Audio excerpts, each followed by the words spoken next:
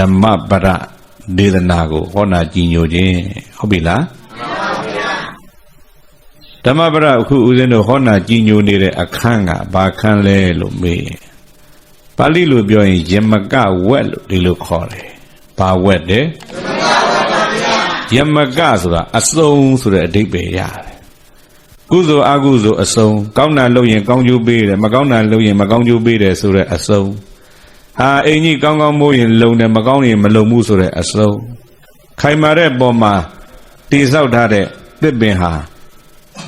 ကြောက်တောင်ကြီးပေါ်မှာနေတဲ့သစ်ပင်ကြီးဟာလေတိုက်လည်းမယိုင်ပေမဲ့လို့ဖွဲပုံပေါ်မှာစိုက်ထားတဲ့အလံတိုင်းဟာလေတိုက်ရင်ယိုင်နေပေါ့စသည်ဖြင့်အစုံလေးတွေဘုရားဟောထားတယ်ဒီအစုံလေးတွေနဲ့ဟောတဲ့နေရာမှာဦးဇင်းတို့ပြီးကြတဲ့ဘက်ကဟောနာကြည်ညိုလာခဲ့ကြတာယမကဝယ်ရဲ့ပထမဆုံးဂါထာဖြစ်တဲ့မနောပုပ္ပင်ကမဓမ္မမနောသစ္ထာမနောမယမနသာစေပဒုဋ္ဌေနဘာတတိဝါကရောတိဝါဆိုပြီးဘုရားဟောတယ်လူတယောက်မကောင်းတဲ့စိတ်နဲ့ပြောမယ်ပြုမယ်လုပ်မယ်ကြံမယ်ဆိုရင်အဲ့ဒီစိတ်ဆိုးစေတနာဆိုးနဲ့ပြုခဲ့တဲ့မကောင်းမှုပြုသူရဲ့နောက်သူပြုထားတဲ့မကောင်းမှုတကောက်ကောက်လိုက်တယ်လို့ဘုရားဒီလိုပြောတယ်ဥပမာအဖြစ်ဘာနဲ့ဥပမာပေးတယ်လဲမေးရင်လှဲကိုဆွဲသွားတယ်နွားချေရနောက်လှဲပင်းကြီးတကောက်ကောက်လိုက်နေသလိုပဲကိုပြုတ်ထားတဲ့အကုသိုလ်ဘလို့မှရှောင်လို့မရဘူးဒါပြောတာဟုတ်ပြီလားမှန်ပါဗျာခဏဒုတိယဂါထာမှာတော့မနောပုပ္ပင်ကမဓမ္မမနောသစ္ထာမနောမယမနသာစေပတ္တနေနဘာတတိဝါကရောတိဝါတရောဏဒုက္ခမနွေတိစက္ကံဝတရောဏဒုက္ခမနွေတိစာယာဝအနုပါယိနိလောကေဂောရိကဘာလောကကြီးတဲ့၌ဓမ္မနာမခန္ဓာတရား၃ပါးတို့တွင်မနောပုပ္ပင်ကမစိတ်သားလျင်ရှည်သွားဥစီရှိပါပေ၏မနောဓမ္မစိတ်ဖြင့်သားလျင်မြည်ပါပေ၏မနောသစ္စာစိတ်ကသားလျင်အကြည်မှုဖြစ်ပါပေ၏ယောပုဂ္ဂလောခြင်းပုဂ္ဂိုလ်သည်ပတ္တနေနာကြည်ညိုသောစိတ်ဖြင့်စေဘာတတိဝါကဲ၍ပြောခဲ့မယ်ဆိုရင်ပဲဖြစ်ဖြစ်စေကရောတိဝါကဲ၍မှလွတ်ခဲ့မယ်ဆိုရင်လည်းဖြစ်ဖြစ်နံပုဂ္ဂလထိုစိတ်ကောင်းစေရနာကောင်းနဲ့ပြုမှုထားတဲ့ထိုသူရဲ့နောက်သို့ဒုက္ခချမ်းသာဒုက္ခသည်အနွေတိဆင်လိုက်၏ကာဝိယဘေကဲ့သို့နိဟုမူကာကိမိဝဘေကဲ့သို့နိဟုမူကာစာယာယေတိပုဂ္ဂလံပုဂ္ဂိုလ်ရဲ့နောက်သို့အနုပါယိနိအနွပါယိနိအစဉ်လိုက်တဲ့ကဲ့သို့ဖြစ်ပါပေ၏ရဲ့လို့ဘေကဝဘုံတော်၆ပါးသခင်ဘုရားရှင်ကိုရောမြတ်ကတေတေတိကောင်းစွာမသွေဟောကြားတော်မူခဲ့ပါပေတည်း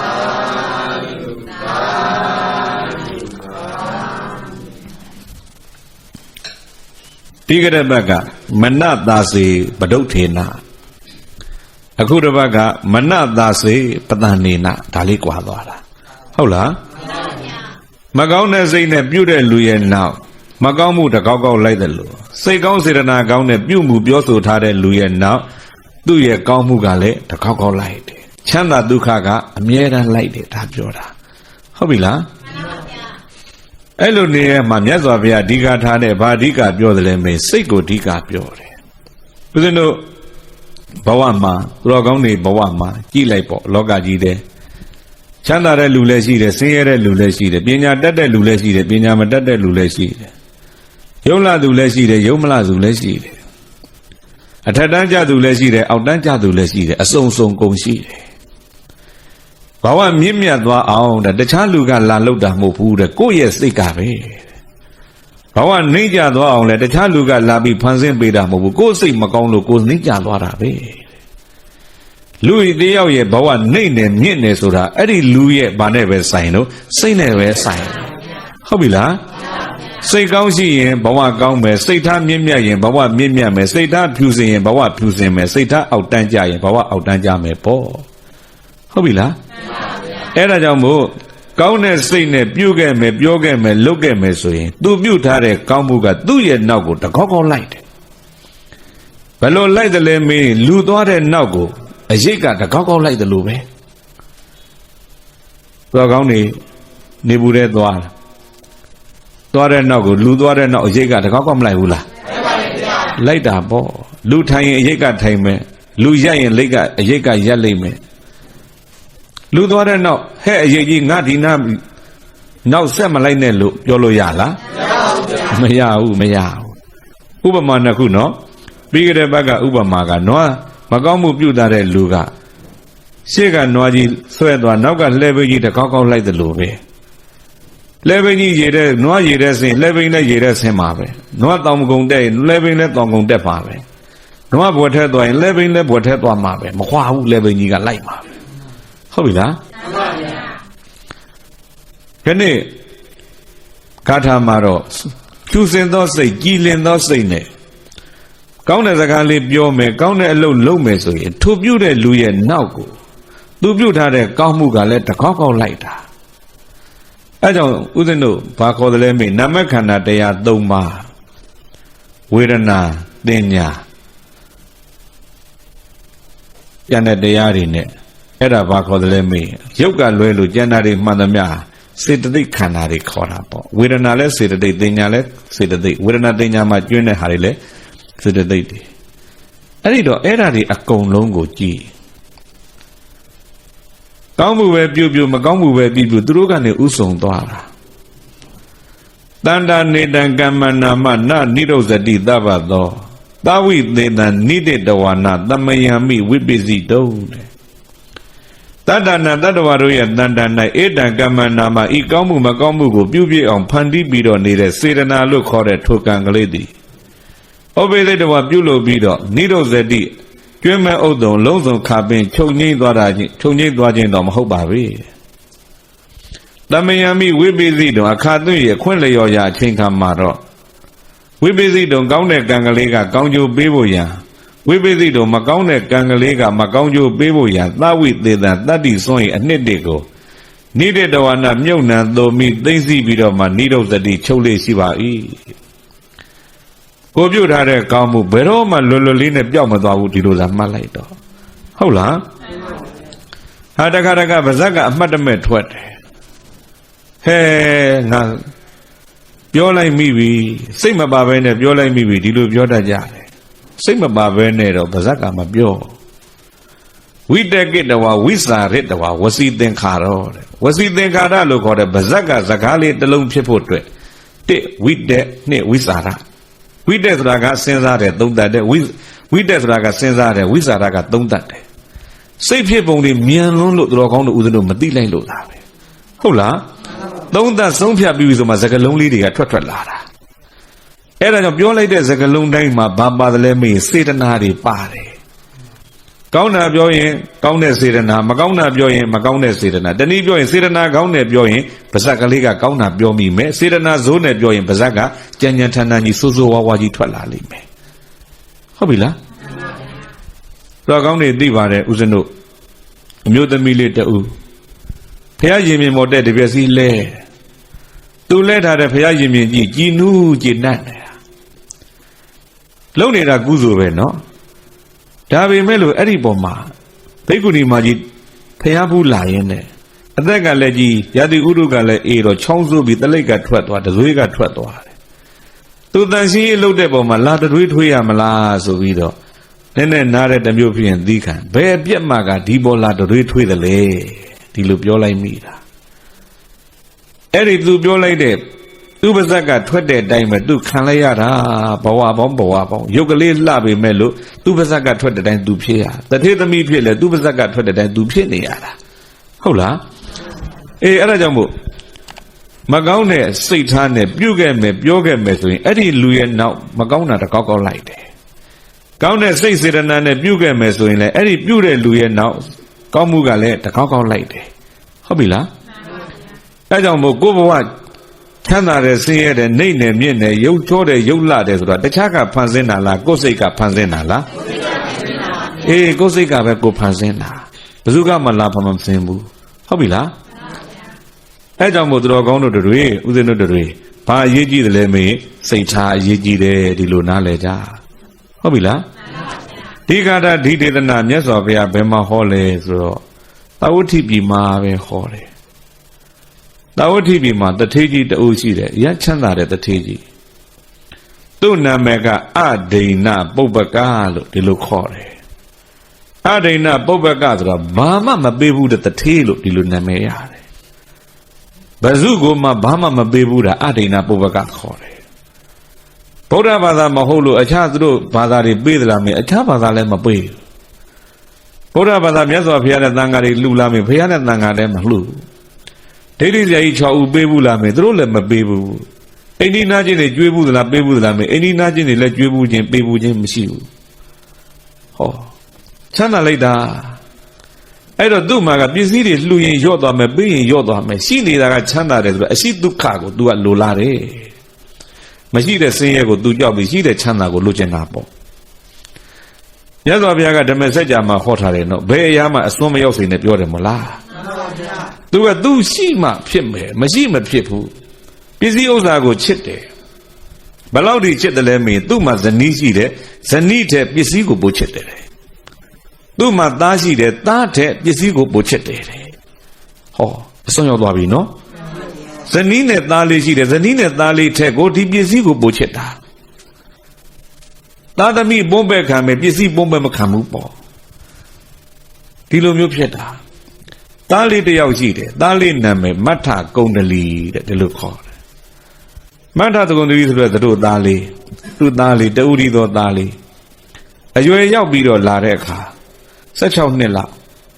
16နှစ်လောက်အရွယ်ရောက်တော့တခြားကောင်လေးတွေခဏခက်လဲ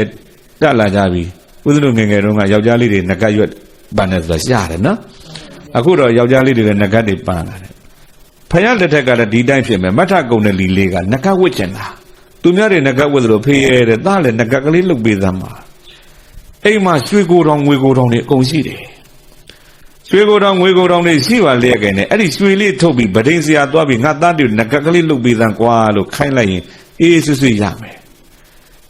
နှမျောလိုက်တာကဘလောက်ဒီနှမျောတယ်လဲမေးဗဒိန်စရာသွားအနေရင်လက်ခကုန်းနေဥမာသားကိုလည်းပဲဆင်ကျင်တဲ့လက်ခကုန်းမှလည်းကြောက်တယ်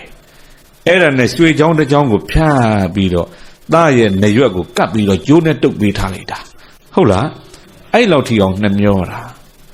အဲ့ဒါကိုကြည့်ပြီးတော့ဘေးကလူတွေကဒီကလေးကိုမထကုန်းတလီဒီလိုခေါ်တာပေါ့အဲ့ဒီမထကုန်းတလီတွေတို့သားလေးသူတို့ပြောကြပါစို့အသက်16နှစ်လောက်မှာပဲခန္ဓာကိုယ်ကဖြော့တော်သောယောဂါတဲ့ဖြူပတ်ဖြူလျော်နဲ့မစားခြင်းမတောက်ခြင်းတပိမ့်ပိမ့်တလိမ့်လိမ့်ဖြစ်အသားတွေကဖြူပြီးတော့ခဏခိလို့ဆိုတော့အသားဝါယောဂါမျိုးဖြစ်မှာပေါ့မစားနိုင်မတောက်နိုင်ခန္ဓာကိုယ်ကပိမ့်ပြီးတော့ဖြူပတ်ဖြူလျော်လေးဖြစ်လာတော့အမျိုးသမီးကပြောတယ်ကျမတို့သားလေးနေမကောင်းဘူးနော်ရှင်သားလေးတွေစိတ်ကူးမှဖြစ်မယ်သားလေးစိတ်ကူးမှဖြစ်မယ်ဆိုတော့အမေဖြစ်သူကသားကိုချစ်ချင်းမေတ္တာစစ်နဲ့ပြောတာအဲ့လိုပြောရမလားလို့မျိုးသမီးကိုငေါ့တယ်ညီငါပစ္စည်းတွေကုန်အောင်လုပ်နေကြလားသူ့စိတ်ကူရင်ငါပစ္စည်းတွေကုန်မှာပေါ့ဒါဆိုသားစိတ်မကူပဲတိုင်းထားတော့မှလားရှင်ဟာသားကိုမချစ်ဘူးလားဆိုတော့အဲ့လိုလည်းမဟုတ်ဘူးတဲ့ငွေမကုန်တဲ့နီးနဲ့ငါပြောက်အောင်ကုမယ်ဆိုပြီးတော့ဆေးဆရာတယောက်စီသွားသားကိုခေါ်မသွားဘူးဒီယောဂဖြစ်ရင်ဘလို့ဆေးတွေတိုက်ရတော့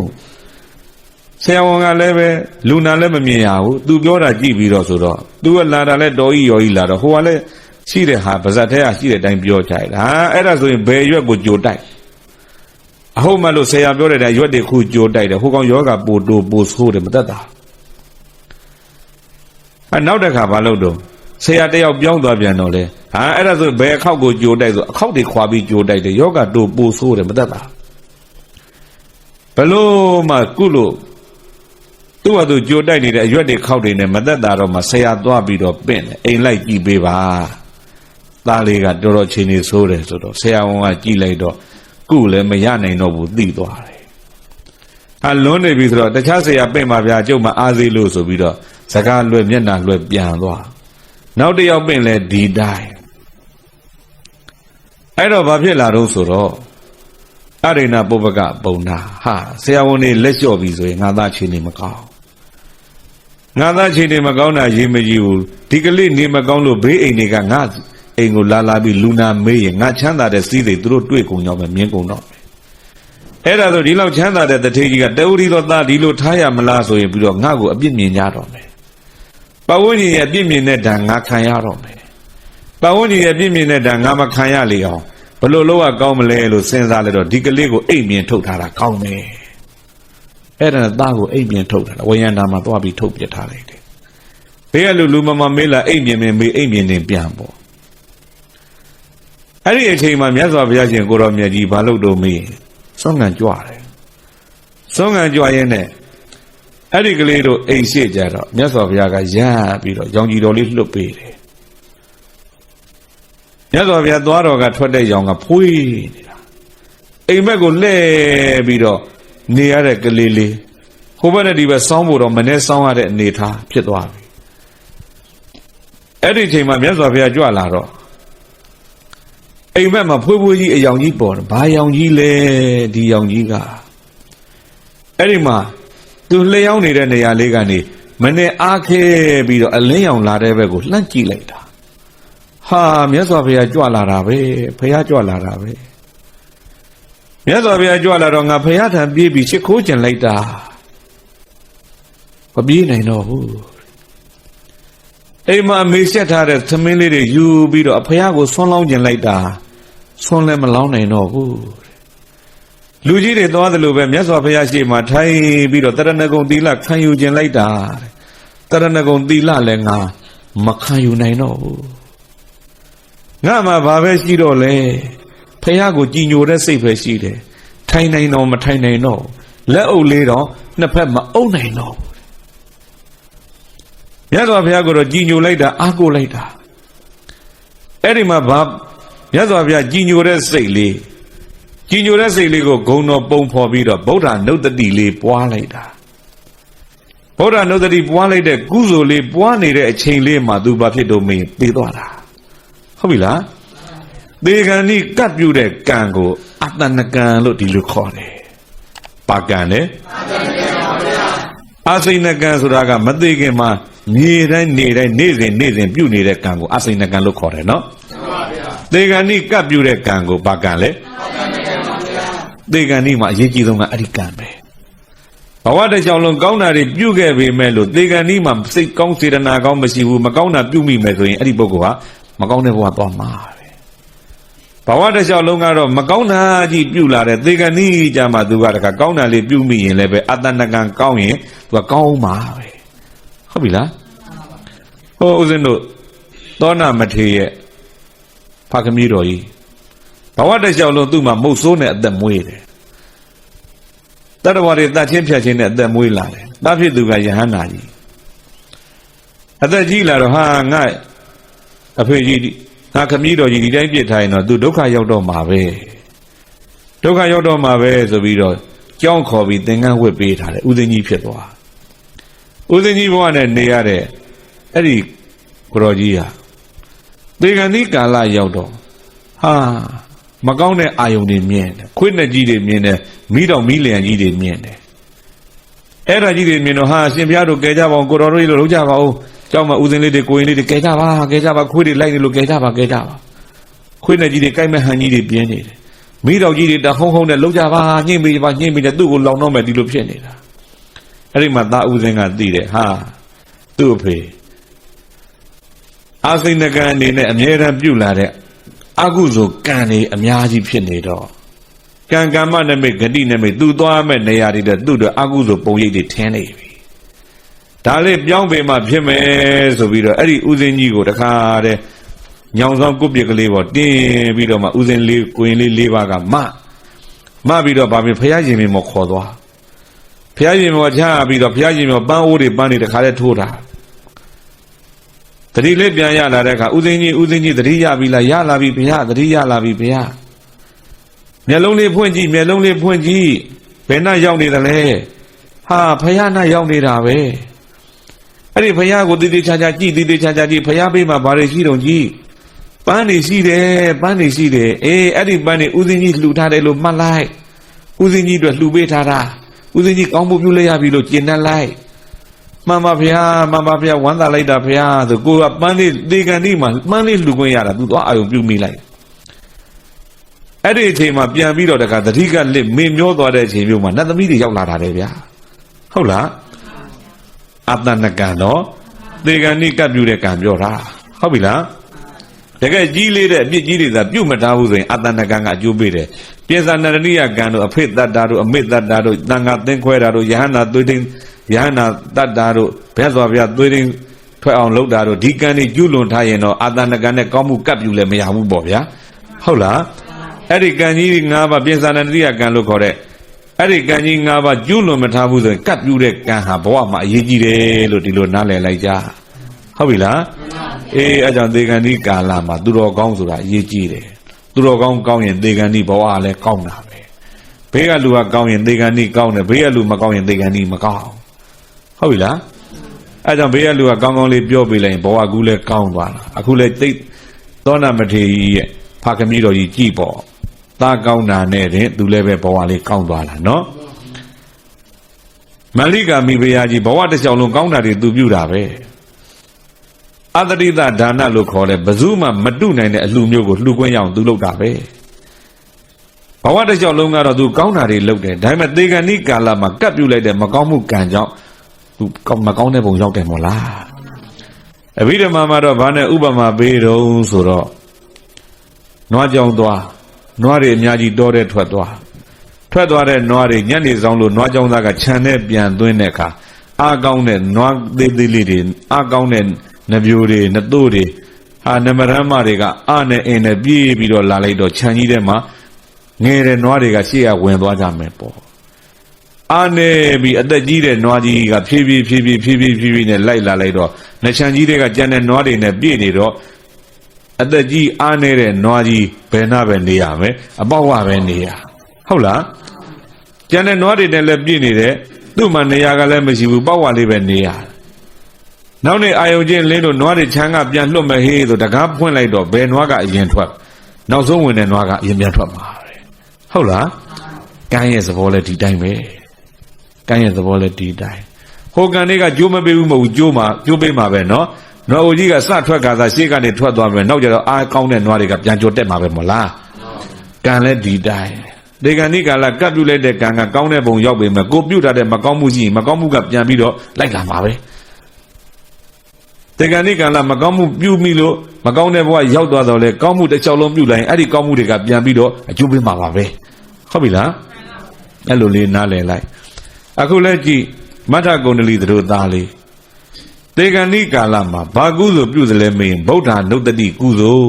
တဲ့ဗုဒ္ဓနုတ္တိဘာဝနာပေါ့အဲကြောင့်ဘာဝနာတွေထဲမှာဗုဒ္ဓနုတ္တိဘာဝနာအကောင်းဆုံးပဲဘာဝနာလဲပတ်စံလည်းမကုန်ချိန်လည်းမကုန်ဟာညအိယာဝင်လည်းပွားလို့ရတယ်မနေ့အိယာထားလည်းပွားလို့ရတယ်ဟုတ်လားနှစ်ဖူးပေါ်လက်တင်ပြီးမြတ်စွာဘုရားဂုဏ်တော်လေးတွေပုံဖော်ပြီးပွားနေလိုက်ဗုဒ္ဓနုတ္တိဘာဝေယဘာဝနာနာနာမနုဿရံဣမန္တတိဘာဝေတဝပုရိသတိမာနတံနဲ့ဗုဒ္ဓနုတ္တိကိုပွားပြီးတော့ဆုတောင်းရင်ဆုတောင်းတော်ပြည့်တယ်ဆိုပဲကိုယ့်ရဲ့စိတ်ဆန္ဒကိုပြည့်ဝစေတယ်တဲ့ဗုဒ္ဓနုတ္တိကဟုတ်ပြီလားသိကောင်းတာဟိုမှာမထကုန္ဒလိတွေဗုဒ္ဓနုတ္တိကိုပွားရင်းနဲ့တင်သေသွားလိုက်တော့ဘယ်ရောက်တယ်လဲမေးရင်တာဝရိန္ဒနတ်ပြည်ရောက်ပါတယ်ဟုတ်ပြီလားသားကတာဝရိန္ဒနတ်ပြည်ရောက်သွားပြီအိမ်မှာကြံခဲ့တဲ့အဖေဖြစ်သူကသားသေသွားတော့ပူဆွေးတော့ကတွေဖြစ်တာခန္ဓာကိုယ်တစ်ခုလုံးမိရှုခံနေရတယ်လို့ပဲတဲ့လောင်ပြီးတော့ပူးနေတာပူလိုက်တာအဲ့တော့တကြိုတဲ့နေ့မှာပို့ဆိုးတယ်လူကဘလောက်ပဲဟွာဖြစ်တူတူနေတော့မှတန်ဖိုးမသိပေမဲ့ခွဲခွာရမယ်ဆိုရင်တန်ဖိုးနားလဲတယ်ဟုတ်လားပမာစကပုံရှိတဲ့ပြစ်ခံနီးရင်ချစ်တယ်တဲ့စွန့်ငံနီးရင်တွန့်တယ်ဟာပစ္စည်းလေးတစ်ခုစွန့်လိုက်တော့မယ်ဆိုရင်ဟာစွန့်ဟာကောင်းမစွန့်ဟာကောင်းအဲ့ဒီအဟောင်းလေးသူများပေးရမယ်ကြရင်တော်တော်ကောင်းသေးတယ်လို့ဟုတ်လားဒါအကျန်းဝင်ဆင်ပြေအောင်မယ်တပည့်အကျန်းလေးလည်းဒီတိုင်းပဲဒီဟာလေးကအသက်ရောက်လာလို့အဟောင်းလေးစွန့်မယ်ကြမ်းဒီအဟောင်းကကြီးထွက်လာလို့ဟုတ်လားဒါလေးနဲ့မှပို့လို့ကောင်းတာလို့စွန့်ငံနီးရင်ဒါတွန့်လာတာပဲ ချစ်ခံနေပြစ်ခံနေလဲချစ်တယ်တဲ့ဒီမှာကြည့်လိုက်သားလေးကို तू ပြစ်ရတော့မယ်သားလေးကိုပြစ်ရတော့မယ်ဆိုတော့မှ तू ချစ်နေလိုက်တာမိသကြိုတဲ့နေရာကနေပြန်ကိုမပြန်ဘူးတဲ့သားလေးကပျောက်သွားပြီမိသကြိုလို့သားလေးမရှိတော့ဘူးအလောင်းပျောက်သွားပြီနေတိုင်းအဲ့ဒီကိုသွားပြီးတော့ငိုတာတဲ့ဗျာဟုတ်ပြီလားနေတိုင်းသွားပြီးတော့ငိုတာနေတိုင်းသွားပြီးတော့ငိုတော့မထကုန္ဒလီကဟိုမှာသာဝရိန္ဒမှာနတ်သားဖြစ်သွားတယ်ဟာကြီးကျယ်လိုက်တာခမ်းနားလိုက်တာဘလို့ကောင်းမှုတွေကြောင့်ငါဒီကိုရောက်လာတာလဲဘလို့ကြောင့်ငါဒီလိုဘဝငါဖြစ်တာလဲပြန်သုံးသပ်လိုက်တော့မြတ်စွာဘုရားကြည်ညိုတဲ့ကောင်းမှုကြောင့်ငါဖြစ်တာနောက်တစ်ခါပြန်သုံးသပ်လိုက်အောင်မယ်ဆိုရင်ငါအဖေကတထေးကြီးပဲချမ်းသာတဲ့တထေးကြီးအမိပြုပြီးငါဒါနကောင်းမှုလည်းပြုခွင့်ရနိုင်တယ်သီလကောင်းမှုတွေလည်းအများကြီးလုပ်ခွင့်ရနိုင်တယ်ဒါပေမဲ့အဖေနှမျောတာနဲ့ငါဒါနလည်းမပြုခဲ့ရဘူးသီလလည်းမဆောက်တည်ခဲ့ရဘူးမြတ်စွာဘုရားကိုလက်အုပ်တောင်ကောင်းကောင်းမချီနိုင်ပဲနဲ့စိတ်ကလေးနဲ့တင်ပတ္တနာစိတ်တာကြည်ညိုတဲ့စိတ်နဲ့တင်ငါဒီလိုဖြစ်လာခဲ့တာငါအဖေဘလို့နေတော့လှမ်းကြည့်လိုက်တော့အမလေးသူ့ဖေကသင်္ကြန်ကုန်းမှာငိုးနေတာဟုတ်လားသင်္ကြန်ကုန်းမှာငိုနေတော့ပြိဿအဲ့ဒီကောင်လေးကနတ်သားကနေလူပြပြန်ဆင်းတယ်သင်္ကြန်ကုန်းသွားပြီးတော့လူရောင်ဖန်ဆင်းပြီးတော့အဲ့ဒီနတ်သားကဟိုဘက်ကပုံနာကြီးကငိုသလိုသူလည်းငိုတာလက်မြောက်ပြီးတော့ဟိုဘက်ကပုံနာကြီးတဲ့အတန်ပိုးကျအောင်ငိုပြလိုက်တာငိုပြလိုက်တော့ပုံနာကြီးကဟာငါတင်မှတ်တယ်သင်္ကြန်ကုန်းနဲ့သူနဲ့ငါနဲ့နှစ်ယောက်ဖြစ်တယ်ဒီကောင်ကဘာအတွက်ငိုတာပါလိမ့်အဲ့ဒီမှာလာလိုက်တာအရွယ်လေးကသူ့သားအရွယ်လေးဖြစ်တော့ပို့ပြီးတော့ကလေးပေါ်မှာတန်ရောစင်ဖြစ်သွားတယ်ငိုနေလို့တနာတာရဲ့သားအရွယ်လေးဆိုတော့ချစ်တဲ့စိတ်တွေရဲ့သားလေးမရှိတာနဲ့အစားထိုးခြင်းတဲ့စိတ်တွေရှိလာမှာပေါ့အဲ့ဒီမှာအာရပါရငိုနေတဲ့ကလေးလေးနာသွားပြီနေသားမောင်ဘုရားဘာဖြစ်လို့ငိုတာတော့ကျွန်တော်လှိမ့်ရှိတယ်ဗျာကျွန်တော်လှိမ့်ကြီးပဲရှိတယ်အေးလက်ရှိတာမင်းဘာဖြစ်လို့ငိုတော့ဘိန်းမရှိလို့ငိုတာလဲတော့ရှိတယ်ဘိန်းမရှိတော့ကျွန်တော်တက်ပြီးမမောင်းတာအဲ့ကြောင့်ကျွန်တော်လေးတဲ့ဘိန်းမရှိလို့ဘိန်းကိုရကျင်တာမျောလင့်ချက်နဲ့တွေးပြီးတော့ငိုနေရတာပါဗျာတဲ့ဒီလိုပြောမပူနဲ့သားရဲ့ကိုစားဒီကလေးလေးကိုပုံချစ်တော့မယ်ဆိုတဲ့စိတ်နဲ့မပူနဲ့မင်းလည်းဘိန်းကြီးတွေငါဘိန်းပေးမယ်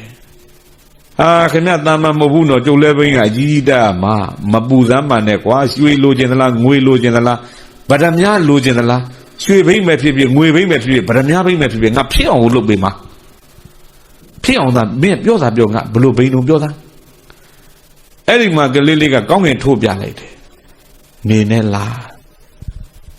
နေနဲ့လားကိုကျုပ်လိုချင်တာနေနဲ့လားလိုချင်တယ်ဆိုတော့ပုံနာကြီးကပြောတယ်မာနဝလွတ်လင်တွင်သည်ဘာလို့မိုက်သည်အတိဖြစ်၏အပတိတမတောင်းတသည်မတောင်းတတိုက်သည်ကိုပတ္ထယတိတောင်းတပြီး၏တွင်သည်မရိတ္တိသေရင်သေသွားလိမ့်မယ်ဇဏိမဒုရိယာနံလနေတို့ကိုနလစ္စတိပဲနိနဲ့မှရလိမ့်မည်မဟုတ်ဘူးမင်းအယူပဲမင်းလူမိုက်ပဲမင်းငိုလို့မင်းသေရင်သေသွားမယ်အဲ့ဒီလနဲ့နေတော့မင်းဘယ်နည်းနဲ့မှမရနိုင်ဘူးအဲ့ကြောင့်မင်းကိုငါပြောချင်တယ်မင်းလူမိုက်กว่าပုံနာကြီးကမင်းလူမိုက်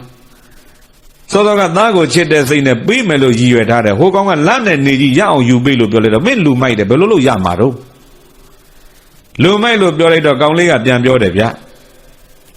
ဗျမနပုံနာ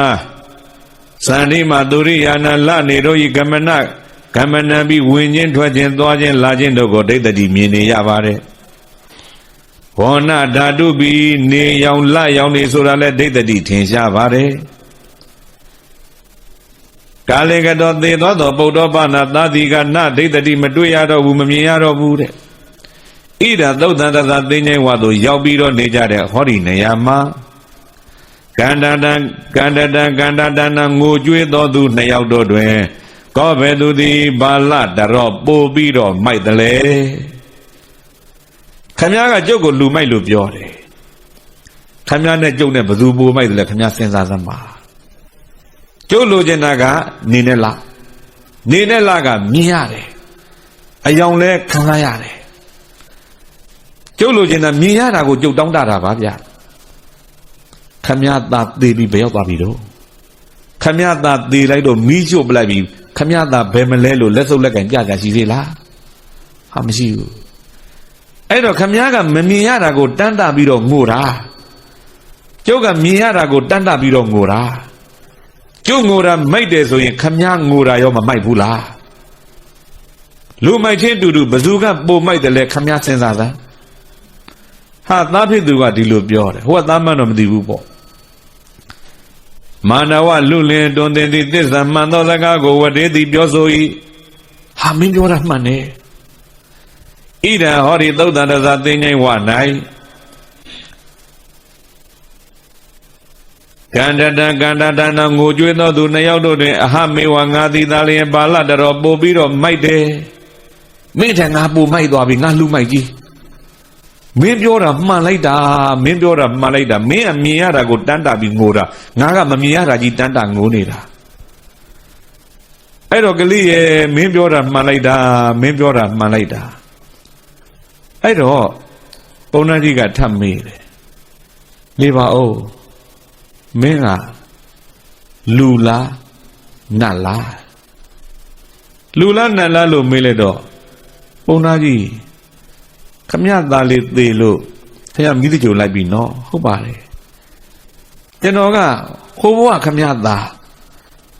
ခမည်းအိမ်ကသေးပြီကျုပ်နတ်ပြည်ရောက်သွားတာဗျာမဖြစ်နိုင်တာကွာတဲ့ငါအိမ်မှာမင်းကောင်းမှုပြုတာတခါမှမရှိဘူးတကေအဂါရေမိမိရဲ့အိမ်၌ဒါနလူကိုတရံတတပေးလူတယ်ဆိုတော့နတ်ဒိဋ္ဌတိငါမမြင်ဘူးခဲ့ဘူးဥပောဒရကမ္မဥပုပ်ကံတွေကိုလည်းပဲစောင့်ထိန်တယ်ဆိုတာကနဒိဋ္ဌတိငါတခါမှမတွေ့ခဲ့ဘူးကေနကံမေနဘေကောင်းမှုကြောင့်ဒွန်သင်သည်ဒေဝတာဝရိန္ဒနာတာဝရိန္ဒနတ်ပြည်သို့ကိစ္စတိရောက်ရတာလေဘေကောင်းမှုကြောင့်မင်းတာဝရိန္ဒနတ်ပြည်ရောက်တာလေတဲ့ငါအိမ်မှာဒါနလည်းမင်းမပြုဘူးသီလလည်းမဆောက်တည်ဘူးငါကိုယ်တိုင်ကိုကဘာမှမပြုတာဟုတ်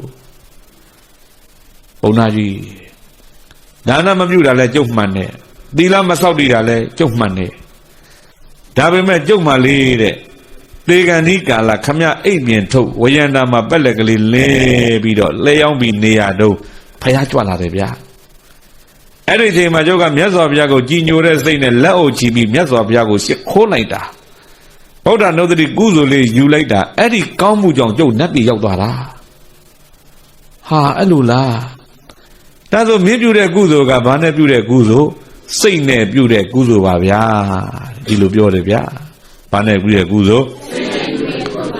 ဘာသာနေနာကြည်ညိုသောစေတသာစိတ်ဖြင့်စေဘာတတိဝါကဲ၍များပြောခဲ့မယ်ဆိုရင်စေကရောတိဝါကဲ၍များလုပ်ခဲ့မယ်ဆိုရင်တရောဏဒုက္ခမနွေတိသူ့ရဲ့နောက်ဒုက္ခချမ်းသာတွေတကောက်ကောက်လိုက်တယ်ဟုတ်ပြီလားကျွန်တော်လေးတဲ့စိတ်စေတနာလေးနဲ့မြတ်စွာဘုရားကြည်ညိုတာနဲ့တဲ့ဒီလိုဖြစ်တာဟာဟုတ်ရောဟုတ်ရဲ့လားဟာခမည်းရှိကြုတ်ရောက်နေပြီပဲအဘုဒ္ဓဝတ္တဘောဣသရိယဝတ္တဘောအဘုဒ္ဓဝတ္တအာဩဘောကောင်းလိုက်တာဣသရိယဝတ္တလက်ခုပ်တီးပြီးတော့ချီးကျူးဖို့ကောင်းလိုက်တာအာဩစရာပဲဟေးတဲ့မြတ်စွာဘုရားကြည်ညိုတဲ့စိတ်ထားဖြင့်နတ်သားဖြစ်တဲ့ဒါနလည်းမပြုသီလလည်းမဆောက်တည်ဘာဝနာလည်းကောင်းကောင်းမပွားဖယားကြည်ညိုတဲ့စိတ်ထားလေးနဲ့နတ်ပြည်ဖြစ်တဲ့အံ့ဩလိုက်တာအံ့ဩလိုက်တာအဲ့မှာသားကိုချစ်တာရဲ့သားလေးကပြန်ပြီးတော့ပြောပြတာရဲ့သားလေးဟောတဲ့တရားရဲ့နာကြပြီးတော့ပုံနာကြီးဒါကနေ့ကစပြီးတော့မြတ်စွာဘုရားကိုကိုးကွယ်တော့မယ်ကွာသားလေးကပြောတယ်ဖယားလည်းကိုးကွယ်ပါတရားလည်းကိုးကွယ်ပါသံဃာလည်းကိုးကွယ်ပါသူများတဲ့တတ်ချင်းကလည်းရှောင်ပါမူသားစကားပြောချင်းကလည်းရှောင်ပါသေရဲ့တောက်ချင်းကလည်းရှောင်ပါသူများအိမ်ညာကျူးလွန်ရင်ကလည်းရှောင်ပါဆိုပြီးတော့၅ပါးသီလလုံအောင်ထိန်းဖို့ပြောတယ်ဗျာဟုတ်ပြီလား၅ပါးသီလလုံအောင်ထိန်းဖို့သားဖြစ်သူကပြိဿတရားဟောဒီမှာကြည်လိုက်ဘာနဲ့ပြုတဲ့ကောင်းမှုလဲစိတ်နဲ့ပြုတဲ့ကောင်းမှုဟုတ်ပြီလားအဲကြောင့်သူတော်ကောင်းတို့တွေအရေးကြီးဆုံးကဘာလဲမေးရင်စိတ်အရေးကြီးဆုံးကဘာပါလဲစိတ်ပါဗျာဟိုဦးဇင်းတို့ဒီနာကမရဗုဒ္ဓမာကန္တရုံကျောင်းတိုက်ကြီးရဲ့စီကံ10ချက်မှာစိတ်ကောင်းရှိဖို့ပထမလို့ဒီလိုရေးတယ်ဟုတ်ပြီလားဘာကောင်းရှိဖို့လဲစိတ်ကောင်းရှိဖို့ပထမ စိတ်ကောင်းရှိဖို့ပထမအခုမြတ်စွာဘုရားကလည်းမနောပုပ္ပင်ကမာတမမနောတိတ္ထမနောမယစိတ်သားလျင်ဓိကစိတ်သားလျင်ပဓာနာစိတ်ကပဲရှည်သွားရှိရမယ်ရှိတယ်တဲ့ဒီလိုပြောတာဟုတ်ပြီလားငယ်ငယ်တော့ကဥစ္စနအဲ့ဒီကြောင်းတက်ကြီးတဲ့ရောက်တဲ့ကဒီစည်းကမ်းဥပဒေကြီးမှားတယ်လို့ထင်ခဲ့ဘူးတယ်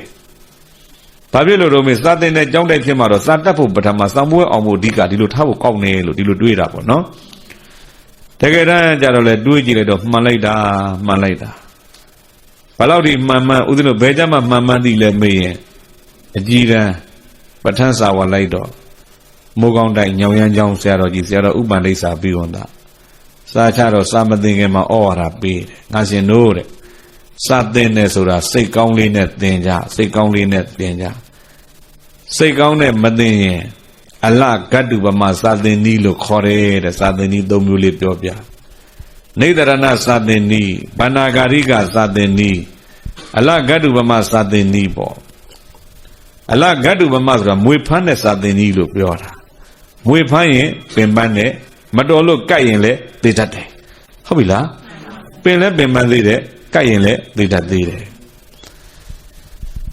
ဒီတိုင်းပဲစာသင်တာလည်းပဲ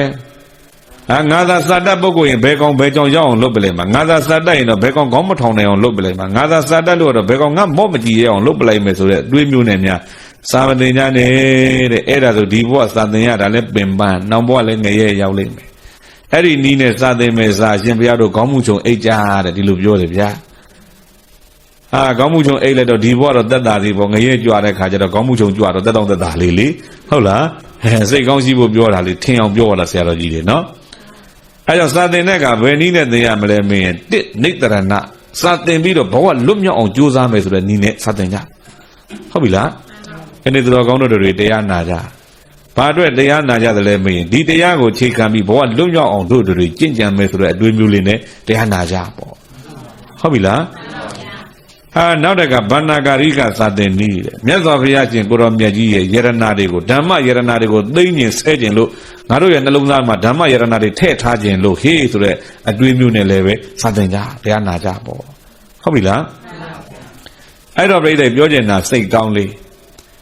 စိတ်ကောင်းစေတနာကောင်းနေတယ်နတ်ပြည်ရောက်တယ်လို့ပြောလိုက်တာအဘုဒ္ဓဝတ္တအစ္စရိယံဝတ္တအံ့ဩစရာကောင်းလိုက်တာအံ့ဩစရာကောင်းလိုက်တာမင်းတော့ဒီလိုကောင်းမှုလေးနဲ့နတ်ပြည်ရောက်သေးရဆိုရင်ငါလည်းပဲမြတ်စွာဘုရားရှ िख ိုးမှဖြစ်မယ်ကြီးညိုမှဖြစ်မယ်ဖရာတယ်မဟုတ်တရားတန်ခါရှိတယ်နောက်ပြီးတော့ကံကားပါလုံအောင်ထိန်းဖို့နတ်သားလေးမှာတော့ကောင်းလိုက်တာမင်းဟာငါအတွက်တော့မိတ်ကောင်းမယ်ဆွေကောင်းမယ်ဟိုဘဝကပြိဿသားတော်ပဲမဲ့ဒီဘဝကျတော့ပြိဿဘာဖြစ်သွားတော့သူ့တဲ့စေရနာကောင်းတဲ့တွင်တင်တဲ့ပြိဿမိတ်ကောင်းဖြစ်သွားပြီပေါ့ဗျဟုတ်လားတနည်းပြောရင်ဘဝလမ်းညွန်တဲ့ဆရာတော်ဖြစ်မသွားဘူးလားအဲ့ဒါကြောင့်ဘဝမှာညီကိုမောင်နှမမတော်ဘူးတဲ့လူမရှိဘူးဆိုတာအဲ့ဒါပြောတာ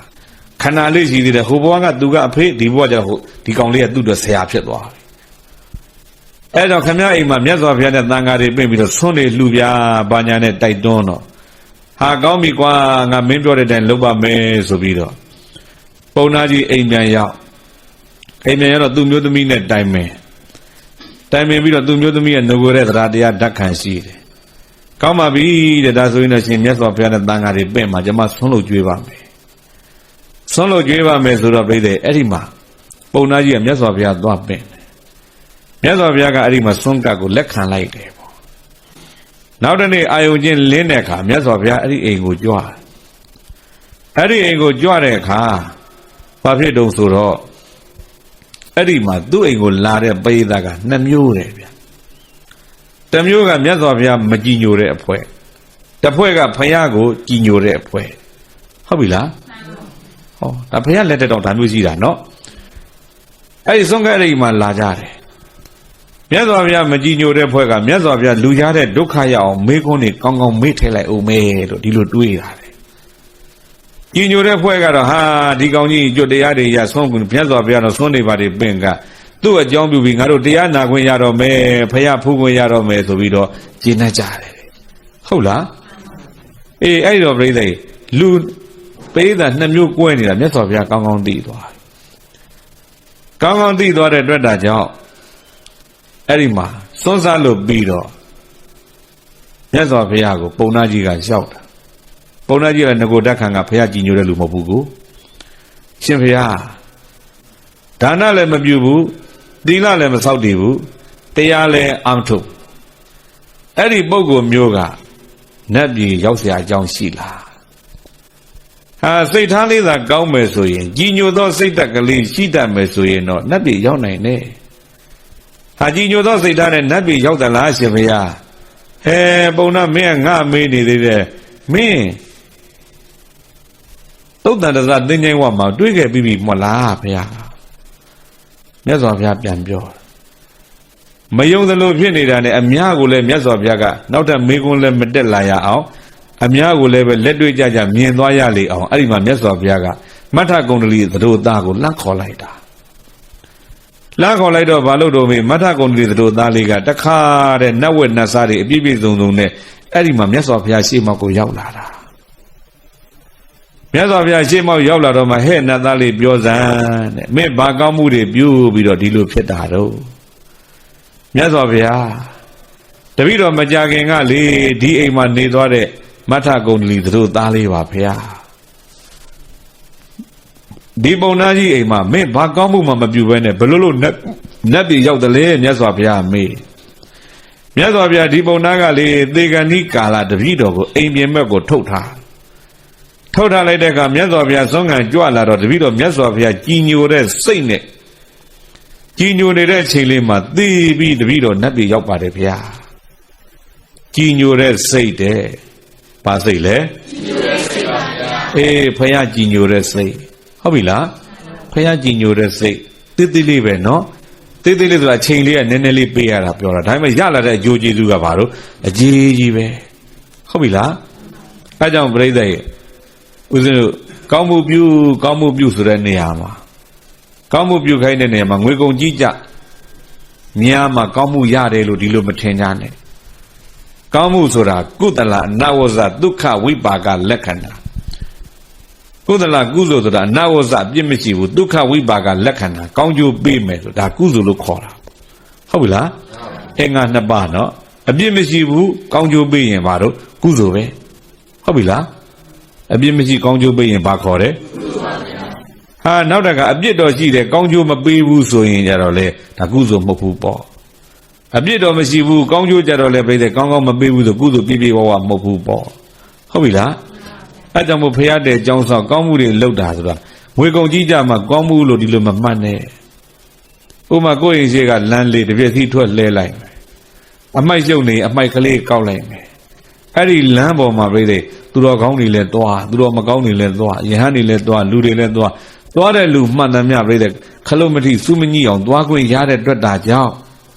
အဲ့ဒါဘာရတယ်ကုသိုလ်ရဘာကြောင့်ကုသိုလ်လဲမေးရင်အမိုက်ကလေးရှုပ်နေတာသွားပြီးတော့ကောက်လိုက်လို့ကို့မှာအပြစ်ရှိလားဟာတပည့်စီလဲတဲ့အကျိုးဆိုတာမရှိဘူးလားကောင်းကျိုးကရှိတယ်ဟုတ်ပြီလားမနဲ့အာယုံချင်းလင်းလို့မြတ်စွာဘုရားရှင်ကိုတော်မြတ်ကြီးရဲ့ဂုဏ်တော်ကိုပုံဖော်ပြီးရှ िख ိုးမယ်တဲ့ကဲရှ िख ိုးလို့ငွေကုန်ကြီးကြများလားမများဘူးအပြစ်ရောရှိလားကောင်းကျိုးမပေးဘူးလားအဲ့ဒါကုသိုလ်ပဲ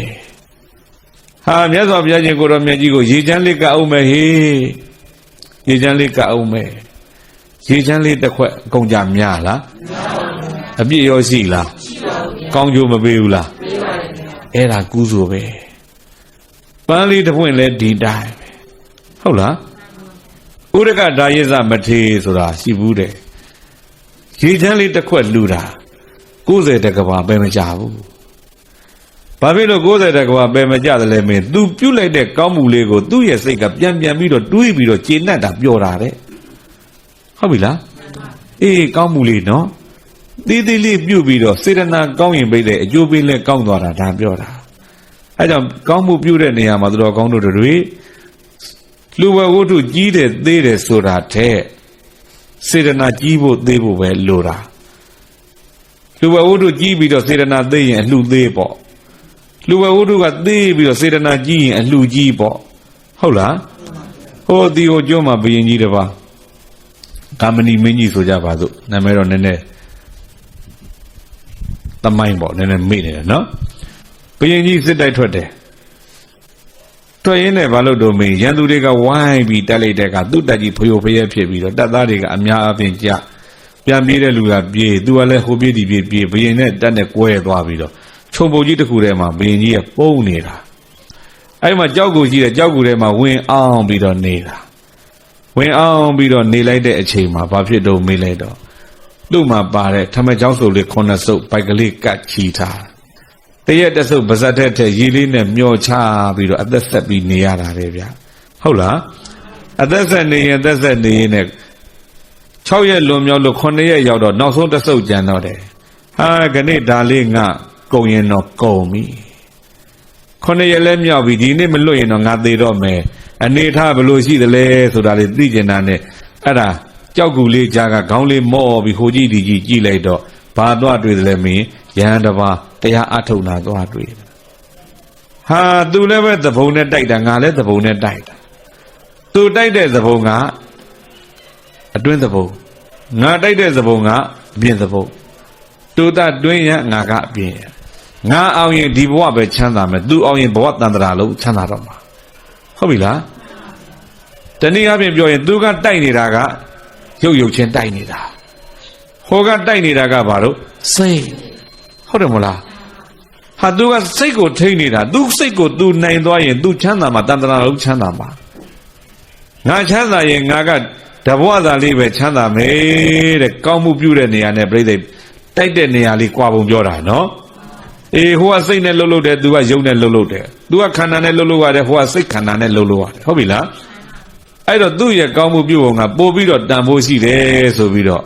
ငါတဲ့မြင့်မြတ်တဲ့အလုပ်လုပ်နေတဲ့ပုံကိုယ်လေးငါလှူကျင်လိုက်တာဘာလှူရကောင်းမလဲထမကြောက်စုပ်တဆုပ်ကြံတော့တယ်ဟာဒါလေးသွားလှူလိုက်လို့ငါဒီကနေ့တော့စားစရာမရှိဘူးစားစရာမရှိဘူးဆိုလဲသူကပြန်စဉ်းစားတယ်ငါစားလိုက်ရရင်လည်းနောက်ထပ်ဒီကမလွတ်ဘူးဆိုရင်ငါလည်း9ရက်တွင်သေဦးမှာအဲ့တော့9ရက်တွင်သေရမဲ့တူတူအလှလေးနဲ့သေရမကောင်းဘူးလားဒါမှမဟုတ်လို့ဒီမနေ့ဒီနေ့ဒါလေးစားပြီးတော့ငါလူတွေလားကဲလို့ငါလွတ်မြောက်သွားပါပြီတဲ့တစ်တရားတွင်ငါသေမှာပဲနှစ်တရားတွင်သေပြီဆိုရင်လည်းပဲတဲ့ကောင်းမှုနဲ့သေရရင်မကောင်းဘူးလားဒီလိုတွေးတာဟာကောင်းတယ်လှူမယ်ဆိုပြီးပြိတဲ့အဲ့ဒါဘာလို့တော့မေးလိုက်တော့ထမချောက်စုပ်လေးတစ်စုပ်ရှိတာလေးကိုအဲ့ဒီတရားအထုတ်တဲ့ကိုယ်တော်လေးသွားလှူတာဟုတ်လားသွားလှူလိုက်တာစေတနာတွေဖြစ်လိုက်တာတဖွာဖွာပဲစေတနာဖြစ်လိုက်တာတဖွာဖွာပဲ9စုပ်ရှိတုန်းကတစုပ်ရှိရင်ဒီလောက်စေတနာကောင်းရင်မှကောင်းမှာနော်တစုပ်ရှိတဲ့ချိန်မှာတစုပ်လှူတာကိုဗျာငါပြောသေးတဖိရှိလို့တစ်လုံးလှူတာနဲ့တစ်လုံးရှိလို့တစ်လုံးလှူတာတွေ့ရလားမှန်ပါဗျာစိတ်စေတနာအားကလေဟုတ်ပြီလားစိတ်စေတနာအားကအလွန်အားကောင်းအဲ့ဒီမှာညနေတဲ့စောင်းရောသူ့တက်ကတခါတည်းလာတဲ့ပြီးတိုက်ရင်အာကြီးနဲ့ဝိုင်းပြီးတော့တိုက်ခိုက်ပြီးတော့မှတပုံနဲ့အကုန်ကြပြီးဘယင်ကြီးကဲထုတ်သွားနန်းတော်လည်းပြန်ရောက်ကြရောတဲ့ဒီဘယင်ကြီးကောင်းမှုတွေပြုလိုက်တာမပြုဘူးတဲ့ကောင်းမှုကိုမရှိအောင်ပြုတာကျမ်းမာရေးမကောင်းနိုင်ဘာလို့တော့မေးလိုက်တော့အဲ့ဒီအလှစင်းကြီးကိုဖတ်ခိုင်းအလှစင်းကြီးဖတ်ပတ်ပြီးနားထောင်ပြီးတော့တခုလိုသလိုခံစားရတယ်ဘာလို့သလဲမင်းကောင်းမှုစင်းနဲ့ငါကြံသေးသလိုပဲဟာအကုန်လုံးဝိုင်းပြီးတော့ဖော်ထုတ်လဲလိုနေတာနောက်ဆုံးမှသူစဉ်းစားပြီးတယ်ဟာတောထဲမှာမင်းတို့မသိဘူးငါစစ်တိုက်ရဲနဲ့ကိုတော်လေးတစ်ပါးထမက်ကြောက်စုပ်တဆုပ်ရှိတာတဆုပ်လေးလှူခဲ့ဘူးတဲ့ကောင်းမှုလေးကြံသေးတယ်စေတနာကအဲ့ဒီမှာသွားလွန်ကဲနေတာပြောတာဟုတ်လားအေးအဲ့ကြောင့်ပြိတ္တပြုတ်ထားတဲ့ကောင်းမှုလေးကသေးသေးလေးစေတနာကြီးတော့ပြိတ္တဖရာတစ်ဆောင်ကြောင်းကန်နေလှူတာတက်တောင်သူကဘာဖြစ်နေတော့တာလွန်နေတယ်ကြီးကျယ်နေတယ်မြင့်မြတ်နေတယ်ဒါပြောတာပါဟုတ်လားအေးအဲ့ကြောင့်စေတနာကြီးရင်အလှကြီးတယ်ဒီလိုနားလေတာနော်အခုလဲမထကုံတလီတို့သားတပည့်တော်အိပ်ရတဲ့ဘုံဘုံလဲပြီးတော့နေတော့မြတ်စွာဘုရားကကြွလာတော့မြတ်စွာဘုရားကိုလှူခြင်းနေတဲ့တပည့်တော်မလှူနိုင်ဘုရားတပြည့်ပြီးသီလခံယူခြင်းနေတဲ့သီလလည်းမခံယူနိုင်ဟာနောက်တကမြတ်စွာဘုရားရဲ့ခြေတော်ဆုံးကြာပရုံကိုကင်ပြီးတော့မှလက်အုပ်ချီမှုပြီးရှ िख ိုးနိုင်တဲ့တပည့်တော်ဘုရားထံမလာနိုင်ဒါဆိုရင်မင်းကဘာနဲ့နတ်ပြည်ရောက်တာတော့တပည့်တော်မြတ်စွာဘုရားကိုကြီးညိုတဲ့စိတ်ကလေးနဲ့တင်ဖြစ်တာမြတ်စွာဘုရားကိုကြီးညိုတဲ့ဗုဒ္ဓနုတ္တိဘာဝနာလေးပွားလိုက်တဲ့ချိန်လေးမှာတပည့်တော်လူပြေကလူသက်ကုန်ပြီးနတ်ပြည်ရောက်သွားတာဘုရားအဲ့တော့ပတ္တနာစိတ်တာပေါ့ဘာစိတ်တာလဲအေးအဲ့တော့ဟဲ့အလုံးသောအရိဏပုဗ္ဗကပုံနာအမှုရှိတဲ့ပုံနာအပေါင်းတို့ကြည်ကြဒီနတ်သားနတ်ပြည်ရောက်တာသည်ဒါနလည်းမပြုဘူးသီလလည်းမစောင့်တည်ဘူး ဘာနဲ့လဲမေးဖယားကိုကြည်ညိုတဲ့စိတ်ကလေးနဲ့တင်သူနတ်ပြည်ရောက်တာအဲ့လိုပြောလိုက်တော့မှပဲလေဟာမြတ်စွာဘုရားမေးခွန်းမေးမလို့လူတွေအားလုံးဟာမေးခွန်းမမေးပဲနဲ့သူတို့ကလည်းဖယားကိုကြည်ညိုသွားတယ်နောက်တကပြိဿဘာဖြစ်သေးလဲမေးလိုက်တော့ကြည်ညိုပြီးသားလူတွေကပို့ပြီးတော့ကြည်ညိုသွားတယ်ပို့ပြီးတော့ကောင်းတာကမထကုံလီသူတို့သားလေးကမထကုံလီနတ်သားဖြစ်နေတရားလာနာလိုက်ရတော့ဖယားခေါ်တဲ့တရားနာပြီးသူကဘာဖြစ်တော့သောတာပန်တည်တယ်ဟုတ်ပြီလားသူ့ကိုအကြောင်းပြုပြီးအဲ့ဒီတရားနာလိုက်ရတော့အဖေဖြစ်သူလည်းပြိဿဘာဖြစ်တော့သောတာပန်တည်တယ်ဟောဒီတရားနာရခြင်းဖြင့်အကျိုးနော်အဖေနဲ့သားနတ်သားနဲ့အရိဏပုပ္ပကပုံနာကြီးတို့ဘာတည်တယ်သောတာပန်အပေတကားပိတ်သွားပြီပေါ့လူပေါင်းဘယ်လောက်လဲမေး84,000တဲ့ဓမ္မဘိသမယတရားပေါ်မှာမွေ့လျော်နှိမ့်ချိုက်ပြီးပျော်ပိုက်သွားကြတယ်ဗျာလူပေါင်းဘယ်လောက်လဲအေး84,000ဟုတ်လားအခုလဲဦးဇင်းတို့ဒီထဲမှာတရားနာကျမကြီးအခြေအနေရလူက15ယောက်စုခွင့်ရတော့12ယောက်နာကြဟုတ်လား12ယောက်ဒီထဲမှာနာကြပေမဲ့လို့ဟာဦးဇင်းတို့ Facebook ပေါ်မှာပြီးခဲ့တဲ့ဘက်ကဟောတဲ့တရားက9,000ကျော်သွားပြီကြည်တာလေဒီဟာနဲ့သွားတူးနေတာပြောတယ်နော်အေးသွားတူးနေတာလေးပြောတယ်မြတ်စွာဘုရားလက်ထက်ကလည်းကြည်ပေါ့မြတ်စွာဘုရားတရားဟောတာဓမ္မစကြာတရားဟောတာ9ဦးတယ်မလားသူရှိမှ9ယောက်ထဲတယ်မြတ်စွာဘုရားဟောတာအခုဦးဇင်းတို့9ယောက်မကဘူးဘုရားတော်တော်ကြီးကောင်းတယ်နော်တော်လေးသားတယ်ဒီတရားပွဲ15ယောက်တောင်စုခွင့်ရတယ်ဆိုတော့လေဒါမဆိုးဘူးပေါ့အဲ့တော့ပြိတ္တ9ယောက်တည်းခေါ်လိုက်တာ84,000တရားသူရကြတယ်မလားအေးအဲ့တော့ပြိတ္တဒီနာနေတဲ့လူကနည်းနည်းပြီးမှပြင်ကလူတွေကလည်းအများကြီးရှိသေးတယ်ဒါပြောတာဟုတ်ပြီလားအေးအဲ့ကြောင့်ဝါတွင်3လဦးဇင်းတို့တွေအခုဟောကြတယ်ဘာတရားလဲမေးဓမ္မပရဒေသနာကိုဟောနာကြီးညိုကြတာဟုတ်ပြီလားဒီနေ့ဂါထာနံပါတ်2နော်အဲ့ဒီမှာမြတ်စွာဘုရားကကိုင်းအလုံးသိကြတဲ့အတိုင်းသူ့ရဲ့ပြုတဲ့ကောင်းမှုကဘာနဲ့လဲမေးရင်စိတ်နဲ့ပြုတဲ့ကောင်းမှုဘာနဲ့ပြုတဲ့ကောင်းမှုစိတ်နဲ့ပြုတဲ့ကောင်းမှုပါဗျာမနောပုပ္ပင်ကမဓမ္မမနောတိတာမနောမယမနသာစေပတန်နေနာဘာတတိဝါကရောတိဝါတရောဏဒုက္ခမနွေတိသာယာဝအနပါယိနိဓမ္မနာမခန္ဓာတရား3ပါးတို့တွင်မနောပုပ္ပင်ကမစိတ်သားလျင်ရှိသောရှိပါပေ၏မနောမယစိတ်ဖြင့်သာလျင်ပြီးပါပေ၏မနောတိထာစိတ်ကသာလျင်ရှိသောဥသိပြုပါပေ၏ဗန္တနေနာကြီးညိုသောစေတသာစိတ်ဖြင့်စေပါတတိဝါကဲ့၍မြပြောခဲ့မယ်ဆိုရင်စေကရောတိဝါကဲ့၍မြလှုပ်ခဲ့မယ်ဆိုရင်နန္ထောစိတ်ကောင်းစေတနာကောင်းနဲ့ပြုမှုပြောဆိုတဲ့ပုဂ္ဂိုလ်ရဲ့နောက်သို့ဒုက္ခံချမ်းသာတို့သည်အနုပါယိနိအစဉ်လိုက်လေရှိပါပေ၏ကိမိဝဘေကတုနှင့်ကိမိဝဘေကတုနိဟုမူကား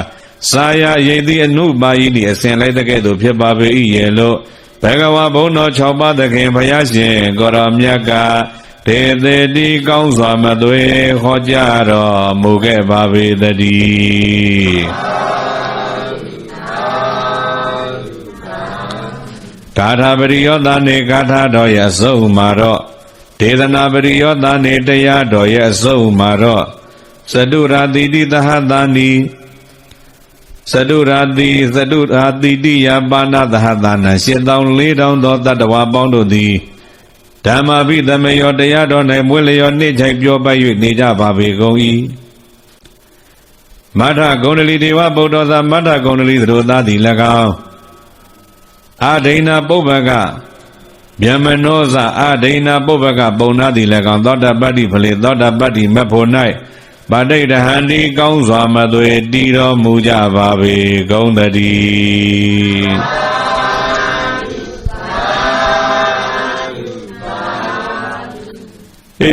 စိတ်သာအဓိကစိတ်သာဗราဏယမကဝဲရဲ့အစုံမှာမကောင်းတဲ့စိတ်နဲ့ပြုမိမယ်ပြောမိမယ်ဆိုရင်အဲ့ဒီလူရဲ့နောက်လဲပင်ကြီးနွားချေရနောက်တကောက်ကောက်လိုက်တယ်လို့ပဲဆိုတာတရက်နော်ကောင်းတဲ့စိတ်လေးနဲ့ပြုခဲ့မယ်ပြောခဲ့မယ်ဆိုရင်လည်းအဲ့ဒီလူရဲ့နောက်ကိုပြုထားတဲ့ကောင်းမှုဟာကိုယ့်အနောက်ကိုအရေးကလေးလိုက်တယ်လို့အမြဲတမ်းလိုက်တယ်ဆိုတာဒါတစုံပေါ့ဗျာဟုတ်ပြီလားဤကဲ့သို့စိတ်အကြောင်းဓမ္မဒေသနာကြားနာရပြီးတော့မှတရားချစ်ခင်တော်စဉ်ပေါင်းတို့လည်းပဲမိမိတို့ရဲ့ဘဝမိမိတို့တန်တမှာရှိတဲ့စိတ်ကိုကောင်းစွာထိမ့်သိမ်းစောင့်ရှောက်ပြီးတော့မိမိတို့ရည်မှန်းတဲ့ဘဝတည်ဟူသောထက်လန်း တက်လန်းနိုင်ကြတဲ့သူတော်ကောင်းများဖြစ်ကြပါစေလို့ဆုတောင်းပေးရင်းနဲ့ပဲ